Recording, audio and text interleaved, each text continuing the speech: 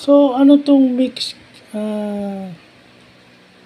object document content architecture?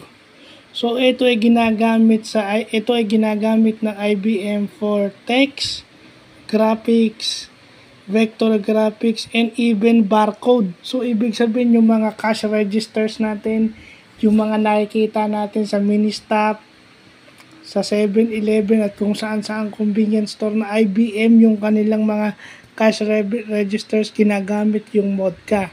At yung barcode nila is under the MODCA format. Yun yung natutunan natin na mixed object kasi pwedeng mag-contain ng text at image. Mixed object document content architecture. Yung pala ibig sabihin ng MODCA. Bago lang sa akin to. Bago lang. So, mabutit may natututunan tayong bago, no? IBM. So, nag-i-extend na naman yung ating IBM knowledge. So, yun lang po.